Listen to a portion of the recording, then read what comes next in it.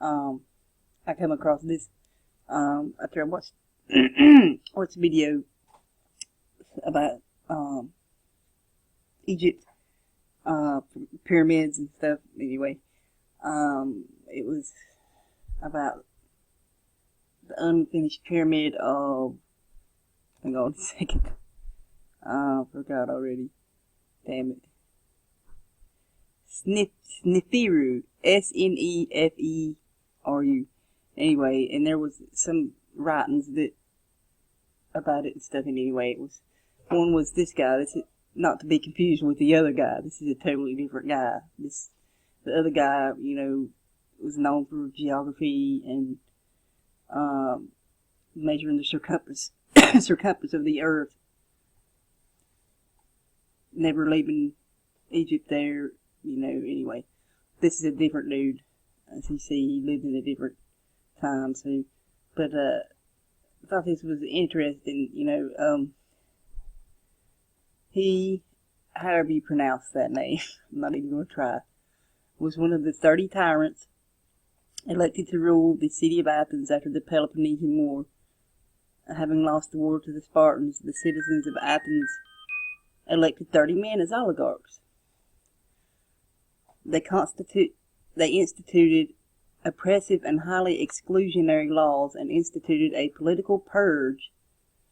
You know what that means? Got rid of a bunch of fucking people. Against Athenians, who had been Spartan informers and collaborators during the Long War.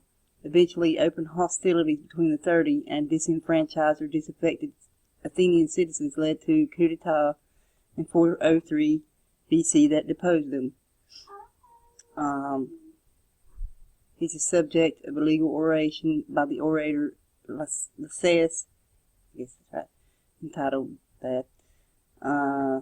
He's also the subject of another one there. Anyway, here we go to the 30 tyrants. More pro-Spartan oligarchy. Hang on a second. God damn it. Sorry. I had a video making and it auto-plays it when it's done for some reason. Anyway. They were pro-Spartan oligarchy. We'll see. Look at that. Maybe you don't know what it is. Installed in Athens after its defeat in the Peloponnesian War. Upon Lysander's request, the 30 were elected as a government. Not just as a legislative committee. The 30 tyrants maintained power for 13 months. Though brief, their reign resulted in the killing of 5% of the Athenian population, the confiscation of citizens' property, and the exile of other democratic supporters. Sound familiar? Of course, the percentage is probably higher. Anyway, in the confiscation of citizens' property, exile of other democratic supporters. That's a whole nother debate about democracy being a scam and all. But anyway, they became known as the 30 Tyrants because of their cruel and oppressive tactics.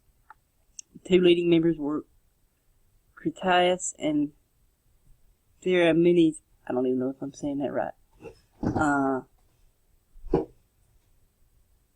They were concerned with the revision and erasure of democratic laws inscribed on the wall of the Stoa Basileios. That is this. It's recreations, and it's in ruins. So anyway, there we go. The 30 reduced the rights of Athenian citizens in order to institute an oligarchical regime. It's what's going on in the whole world today. That there, so, the New World Order and all. So, but anyway, the 30 appointed a council of 500 to serve the judicial functions formerly belonging to all the citizens. However, not all Athenian men had their rights removed. In fact, the 30 chose 3,000 Athenian men to share in the government. These hand-selected individuals had the right to carry weapons, jury trial, and to reside within city limits. The list of the selected 3,000 was consistently revised. And although little is known about these 3,000 men, for a complete record was never documented, and it is hypothesized that the 30 appointed these select few as the only men the 30 could find who were devotedly loyal to their regime. The majority of Athenian citizens did not support the rule of the 30. Of course, look, that's what's going on here, now it's hard to believe there's not, you don't see a lot of people standing up against this, like these people did, and overthrew the fuckers. And here, led by Piraeus, however you say it, the 30 tyrants executed, murdered, and exiled many Athenians. He was a former pupil of Socrates and considered a cruel, frightening, and inhumane man, determined to remake the city to his own anti-democratic mold, whatever the human cause. It don't sound like it was a democracy to me. If the judicial functions belonged to all the citizens, that sounds more like they were self-governing themselves. So, anyway, they removed criminals as well as many ordinary citizens whom they considered unfriendly to the new regime for expressing support of the democracy. Of the many he sentenced to death,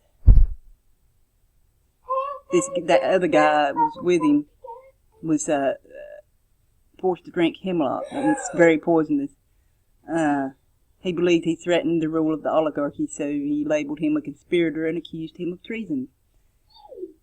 I've got the link to that Athenian constitution there. It says the 30 executed 1,500 of Athens' most prominent Democrats. Many wealthy citizens were executed for the purpose of liquidating their assets, which were then distributed among the 30 and their supporters. They also hired 30 lash bearers, or whip-bearing men, to intimidate Athenian citizens. Where have I heard that before? Anyway.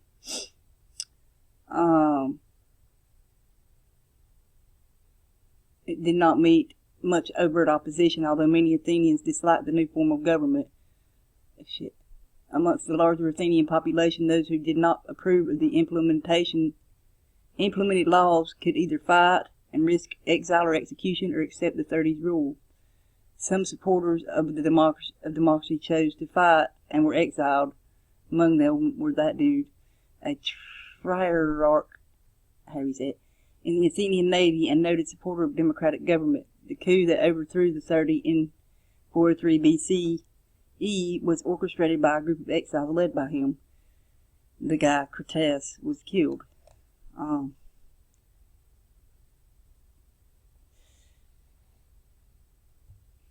It says that although it was brief and marred by violence and corruption, historians have argued that the violence and brutality the 30 carried out in Athens was necessary to transition Athens from a democracy to an oligarchy. I mean, we've hear this a lot nowadays. Oh, it's necessary for your protection. And this is what they're doing here, transitioning people from what they call democracy, which is really not.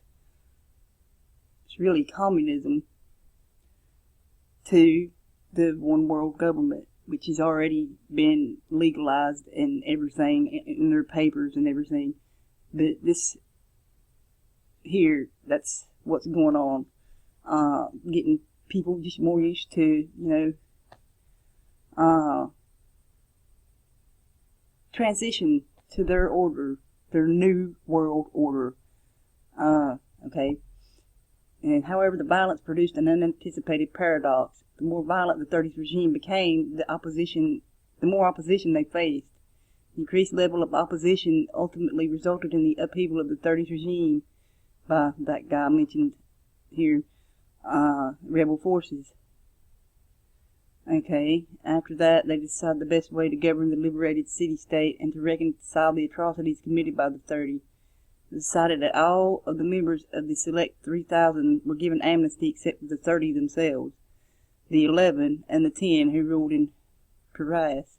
That is here.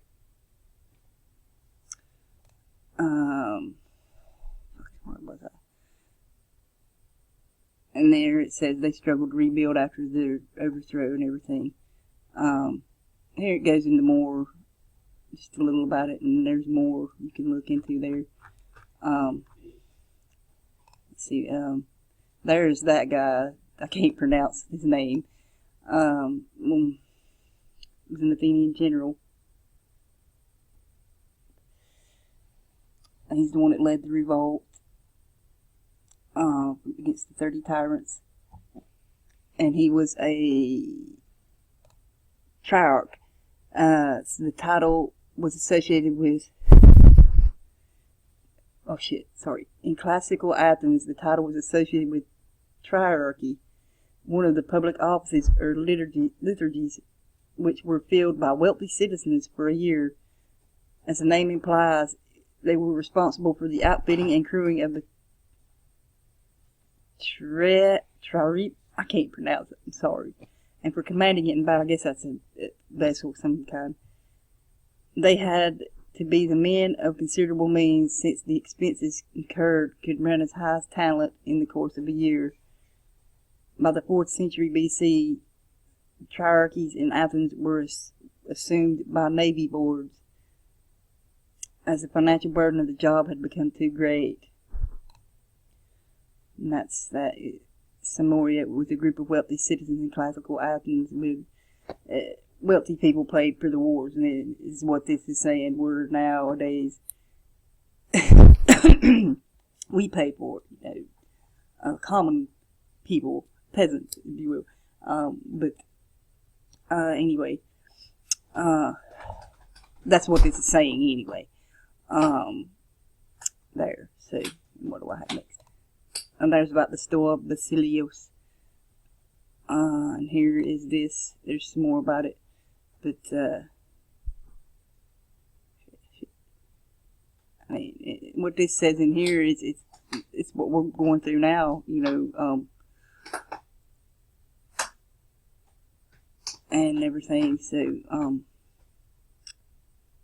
oh shit, sorry. There's the Constitution of the Athenians from Aristotle. I don't think it has the text of it. It just has a basic rundown of it. There's probably a PDF of it somewhere. But check that out. So anyway, I thought that was interesting. Something that ties into what's going on today. You know. So the 30 tyrants. There, you know, 30 tyrants. There's in Roman too. So, and you know, we have here.